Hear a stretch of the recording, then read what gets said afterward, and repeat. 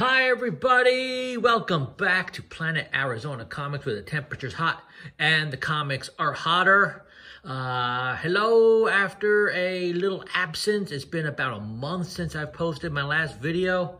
Been busy with work, been busy with the upstairs bathroom, which we finally got finished up, and just haven't had a lot of time to make videos.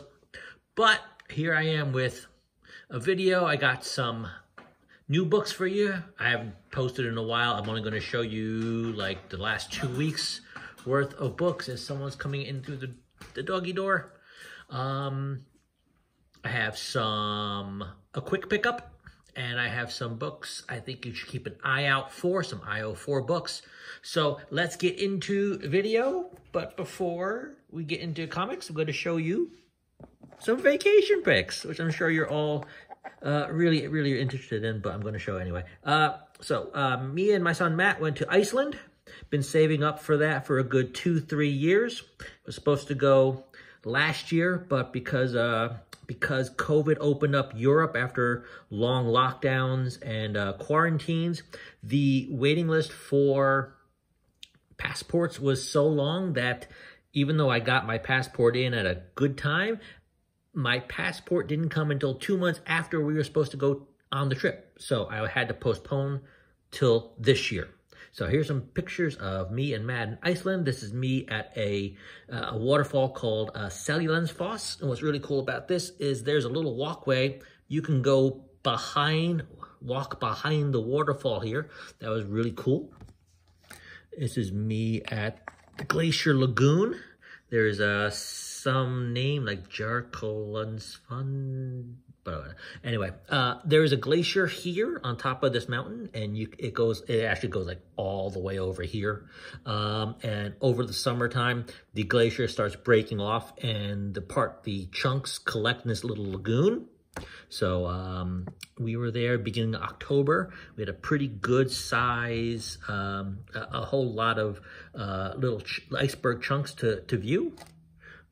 This is my son Matt at the Glacier Lagoon. And what happens is there's this little river here, and the chunks get swept out into the sea, which is out over here. And the sea pushes all the smaller chunks onto this beach called Diamond Beach. So this is a place called Diamond Beach. Again, it has some Icelandic name, which I can't pronounce. But all this beach is just littered with chunks and chunks of ice, which is really cool. This is Matt at a waterfall called Godafoss, which translates to the waterfall of the gods. Everywhere you look in this country, every turn on the highway is a waterfall everywhere. 3-4 waterfalls everywhere. Not quite as grand as this, but waterfalls everywhere. This is a little town up north called Akureyri. The street slopes down to this little fjord here. Really, the biggest surprise of the trip, I thought, was this little town. I had a really good time here. This is me in the capital of Reykjavik. And the street leads up to this large church. That was a fun little city. This is Matt in front of a big stuffed puffin. Puffins everywhere. Not quite live at this point, because what happens is the little guys literally, they're here in the summer, or they're in Iceland in the summer, and then they literally fly off and live on the ocean for 5-6 months at a time. Like there's no land out there, but they just live on the ocean. Weird. And last pick is me in front of a sculpture called the Sun Voyager, which is a Viking ship of some sort. But all right, that's our trip. Hope you had a good time seeing those. Let's get into what you really came here for. Got some pickup for you. I shouldn't say plural, because there's only one. As you see with the trip, I've spent a lot of money, and I was only able to pick up recently Atari Force number 5. This is pure nostalgia for me. If you're old enough to know the Atari 2600, it was like the first gaming system I ever had. They came with these little promotional digest-sized comics from DC Comics. This is from 1984, I believe. What's really cool about this, it was a 5-issue series put out over various the various life of the Atari 2600 launch. So of course the first issue came with some of the earlier models, and this issue 5 came with one of the later models. And supposedly this issue 5 is one of the put that down here a second, is very scarce, because it was towards the end of the line. Although if you look up Atari Force 5 on eBay, you can find probably 4 or 5 of these at any given time. So I don't know exactly how scarce it is, but it's really cool. I mean, this was created by, if you can read this here, Jerry Conway and Roy Thomas, with art by Ross Andrew and Gil Kane. So, and Dick Giordano. So really kind of a cool little nostalgic kind of thing. I just kind of came across on eBay. So supposed to come with the first issue, but only came with this. So I don't know. Not going to complain about it. All right, here are some books I think you should keep an eye out for. And if you caught the news over the last couple weeks, James Gunn and another person whose name is escaping me at the moment is taking over the DCEU. So everything's sort of cyclical. You've had Marvel and the MCU just dominating over the last 8, 10, 12 years. But the cyclical nature, sometimes it's fast, sometimes it's slow. With James Gunn taking over, I think now is the time to start looking into some DC books which might appear on the radar for the DCEU. First book, kind of been dollar bin fodder for a while. This is Lobo #1 from 1990, I believe. This was a really hot series out the gate. Keith Giffen, Alan Grant, Simon Bisley did the art on this. Really fun series. This is Lobo's first solo title. Pretty cheap at the moment. You might want to look for a newsstand instead of the direct edition. But if there's a character you could see James Gunn just taking a hold of and molding and taking the reins of, Lobo, I think, is the character. Definitely, if not the top, definitely 1A, or second or third. But really something not an expensive book, something you should keep an eye out for. Other book I think you should keep an eye out for from DC, Batman '89, first appearance of Punchline. That's another character who you could see Gunn and DC taking a liking to. This was hot out the gate. 9.8s were around 150, 175. They've cooled off. Sometimes you can get them in a 9.8 under $100. They're right around 100 to 115 right now. Something you might want to keep an eye out for and check out deals. If you don't have it already, something you should probably look out for. Another thing that happened over the last couple of weeks, we've had an announcement that Silver Surfer is going to be getting his own Disney Plus. I don't believe it's a series. I believe it's a one-shot. So Surfer's coming. And some Surfer books you might want to keep an eye out for if you can get them at a good price. This is the John Byrne 1982 one-shot. Cool cover. I've been picking these up as often as I can. I have 2 of them now. I'm going to try to get a couple more in the next couple months. This is Silver Surfer 1 from 1987, I believe. This is the first issue of his 3rd series. This technically, I believe, is his 2nd series, even though it's only a one-shot. There was the original Surfer series in the 60s. Then came this, and then came this longer series. I believe it lasted about 147 issues. Again, not something that's too expensive, but something that has the opportunity to grow over the next couple of years. You can tell this isn't going to be coming this summer or at the end of the year. You got some time to look out for this. And then there was a 2-issue series in 1988 written by Stanley with art by Mobius. Came from Epic Comics. There was just 2 issues to this. This was a cool, I don't want to say overlooked series, but not something that's on a lot of people's radar, but definitely something that wouldn't be too expensive that you might want to keep an eye out for. All right, but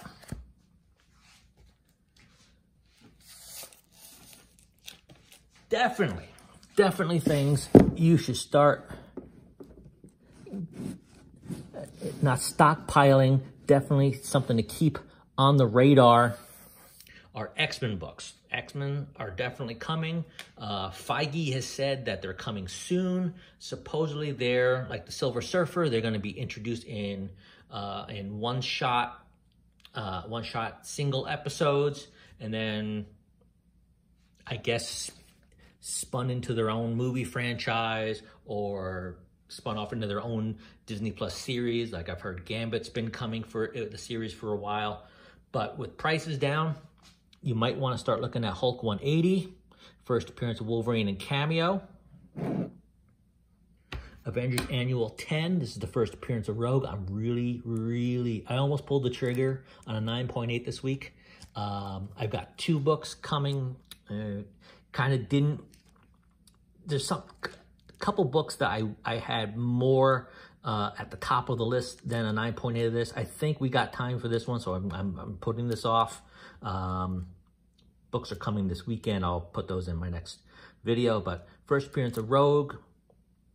People don't like this cover. This to me is like complete 70s, 80s Marvel. Just a whole lot of text, a whole lot of boxes. Could it be better? It could be better, but it's fine in my opinion. First Gambit 266. Like I mentioned, I've heard he's in line for a Disney Plus solo series. Whether that comes to fruition or not, definitely something you should keep an eye out for. First Jubilee, X-Men 244. Got this one signed by Mark Silvestri. I don't know how well you can see there. X-Men 282, First Bishop. I'm not hearing he's going to be part of this initial X-Men wave. Maybe it's in a later installment or later incarnation of whatever franchise moves forward, but definitely not an expensive book at the moment. Outside the box recommendation, Longshot #1. This is the first appearance of Longshot. Man, I remember when, what is this, 87? 88, something around there. I remember this was a smoking hot book. This was the first appearance of Longshot. I think Spiral's first appearance is in this, and then issue 3 is Mojo. Not one of my more popular or favorite villains, but outside the box shot to join the X-Men in the MCU version of the X-Men, maybe. And then finally, definite outside the box, Polaris. I've heard they're not really looking at,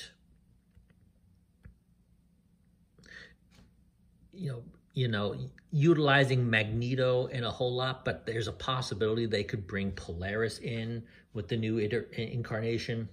Not a good shot, but something you should keep on your radar if you come across it for a good price. X-Men 50. This is also the first 3D logo.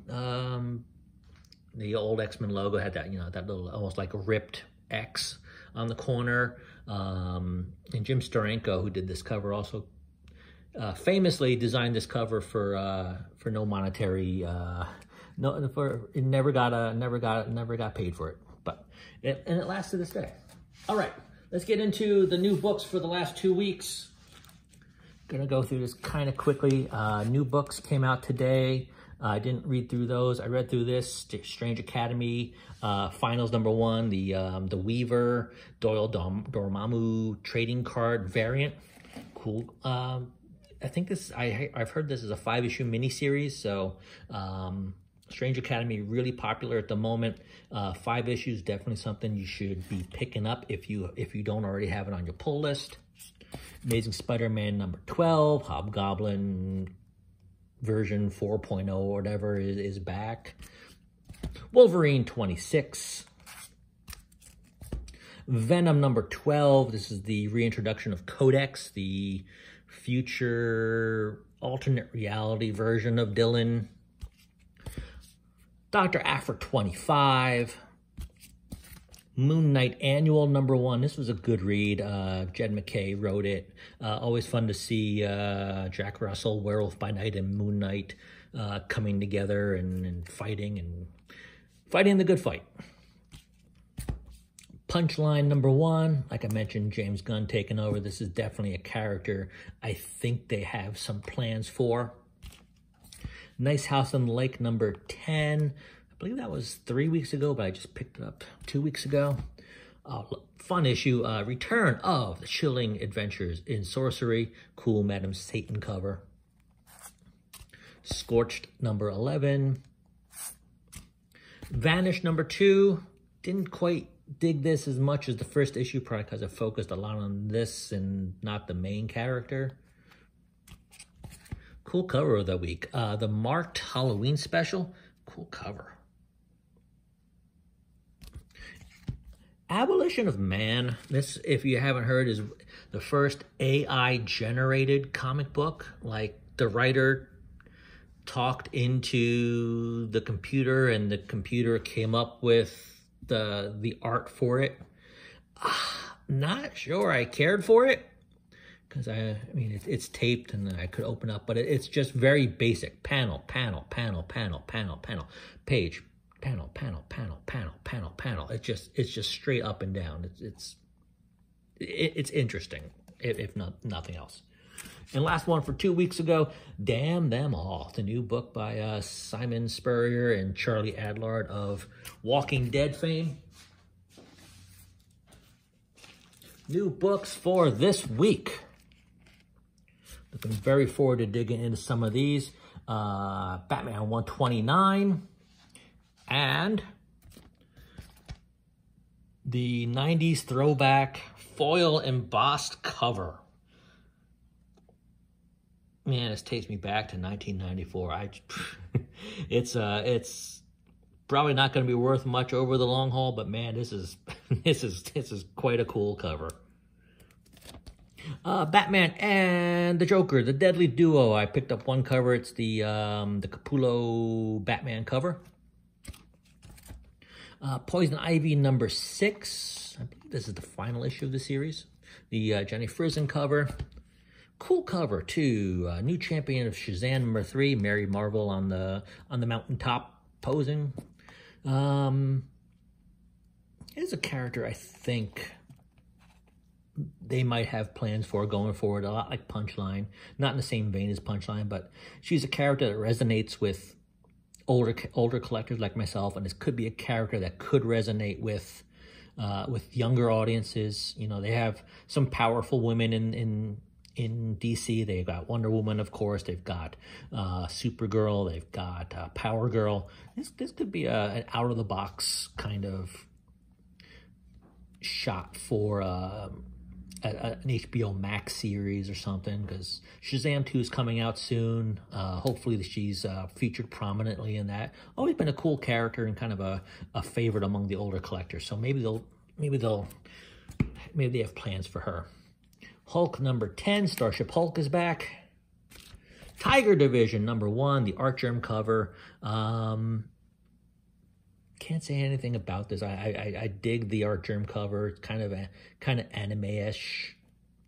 Luna Snow's a popular character, so why not pick that up? Star Wars 29, E.M. Gist cover. Lando and Luke and Chewie. Mandalorian number 5. Punisher number 7. Like I said in other videos, I'm really digging this series. I'm not a huge Punisher fan, so that's probably why. So looking forward to that. Scotty Young Variant 2, Secret Invasion number 1. Skrull Iron Man and Nick Fury. And last book for this video, Midnight Suns number 1. This is the second printing Definitely looks like it's a lower print than normal. There was one copy at the big shop when I walked in, and there were just a few at the regular shop. So not sure where they'll go with the series. I know there's a video game coming out, so definitely a cover that I liked, so thought I'd pick it up. All right, that's what I got for you this week. Sorry the video's a little longer, but a lot to show you, a lot to talk about. Like I said, I got a couple of books coming in the mail. We'll try to get a video out over the weekend when they come in. But that's what I got for you this week. Let me know what you think. Let me know what you're picking up. Let me know what you think I should be picking up. Thanks for stopping by, and we'll see you next time.